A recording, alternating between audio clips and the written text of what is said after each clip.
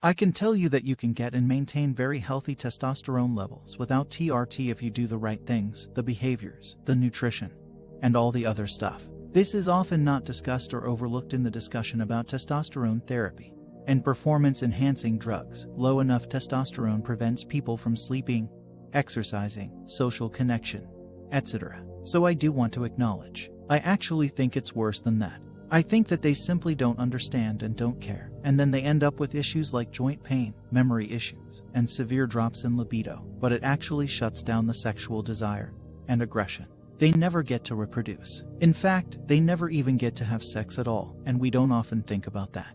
But testosterone plays a powerful role in determining which members of a given species get to reproduce, and which ones of that species will actually get access to females. The higher levels of testosterone correlate with access to females. The females are detecting which males have high testosterone and selecting them, but it's actually more so that the males that have higher testosterone forage further and will fight harder for the females. So today we're going to talk about how you can optimize their ratios depending on your particular life goals, because the ratio of estrogen and testosterone in every individual has a profound influence on feelings of well-being, feelings of optimism, feelings of anxiety or lack of anxiety, on reproduction, on sexual behavior independent of reproduction.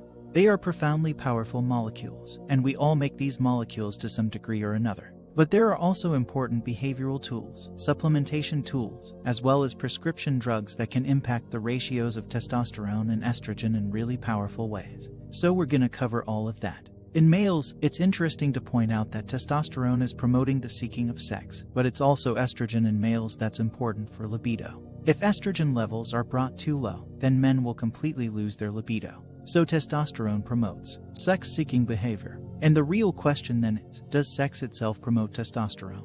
And the answer is somewhat complicated, but the short version is yes, and sex has multiple stages. So there's the physical act of sex, there's the seeking of sex, and then there's orgasm and ejaculation.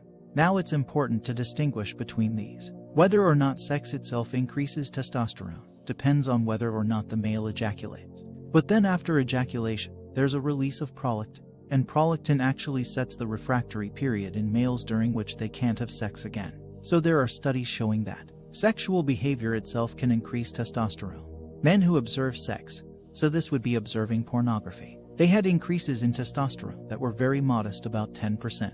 Whereas when people participated in sex, they actually did this study where people had blood draws and they had real sex with their partners, they had 70% increases in testosterone. So there are increases in testosterone that are quite significant during the physical act of sex, and far less so during observing sex, whether or not ejaculation adjusts testosterone levels. And it turns out that sex and ejaculation themselves do not reduce testosterone level, although they will increase prolactin levels for the reasons I described a moment ago. However, abstinence or sex without ejaculation for a week or more will increase testosterone levels up to 400%.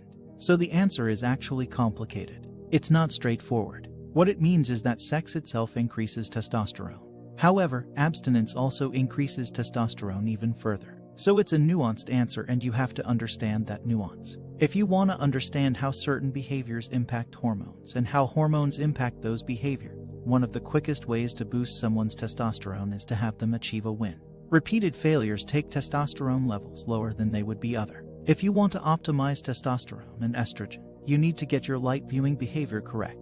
But it means getting anywhere from 2 to 10 minutes of bright light exposure in your eyes early in the day. Getting increases in dopamine that are going to promote the production of testosterone and estrogen to healthy levels. Viewing bright light within the first hour of waking, whether or not it's from artificial light or ideally from sunlight, has these powerful effects on sleep and wakefulness. But we have to return to this if we want to understand how light can impact hormones, because hormones, light, and dopamine have a very close-knit relationship. So much so that your light viewing behavior can actually have a direct effect on hormone levels and fertility. It can have a direct on hormone levels and libido. It can have a direct effect on hormone levels and your ability to heal quickly. So bright light early in the day and throughout the day is a great view. As much bright light, ideally sunlight, as you can. Getting a lot of light in your eyes is not just about adjusting your sleep-wake rhythm. It's also about optimizing your sex steroid hormone. And avoiding bright light in the middle of the night is not just about not disrupting your sleep. It's also about optimizing the sex steroid hormones and things like ice baths, and cold showers can have positive effects on the sex steroid hormones, both testosterone, mainly in males, and estrogen, mainly in females. You're cooling the neurons that control vasoconstriction or vasodilation, and shutting down the entry of blood, or at least reducing it in hormones into the gonad, then stimulating the gonad to release more testosterone, or would stimulate the gonad to release more estrogen.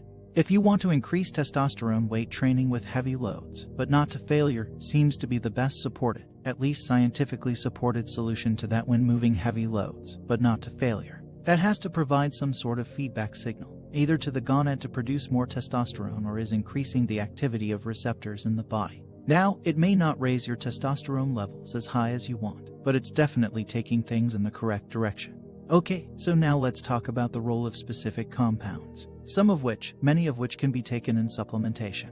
In order to optimize sex steroid hormones, it's very clear that certain collections of nutrients are useful for promoting testosterone and estrogen production in their proper ratios, and those things are what I would call the sort of usual suspects. Vitamin D, which is important for so many biological functions, including endocrine functions, zinc, magnesium, etc. For people who aren't getting prescribed TRT, but want the increase in testosterone, there are these plant compounds like toga oli. So toga oli, about 400 milligrams per day, has the effect of raising free testosterone and overall testosterone by about 100 to 200 points. Another one, which is very interesting, it's a Nigerian shrub called Phadoja agreste, and it mimics luteinizing hormone, which is the hormone that comes out of the hypothalamus that stimulates the testes or ovaries to make more testosterone or estrogen, and so those two herbal supplements together can give a significant boost in free and active testosterone.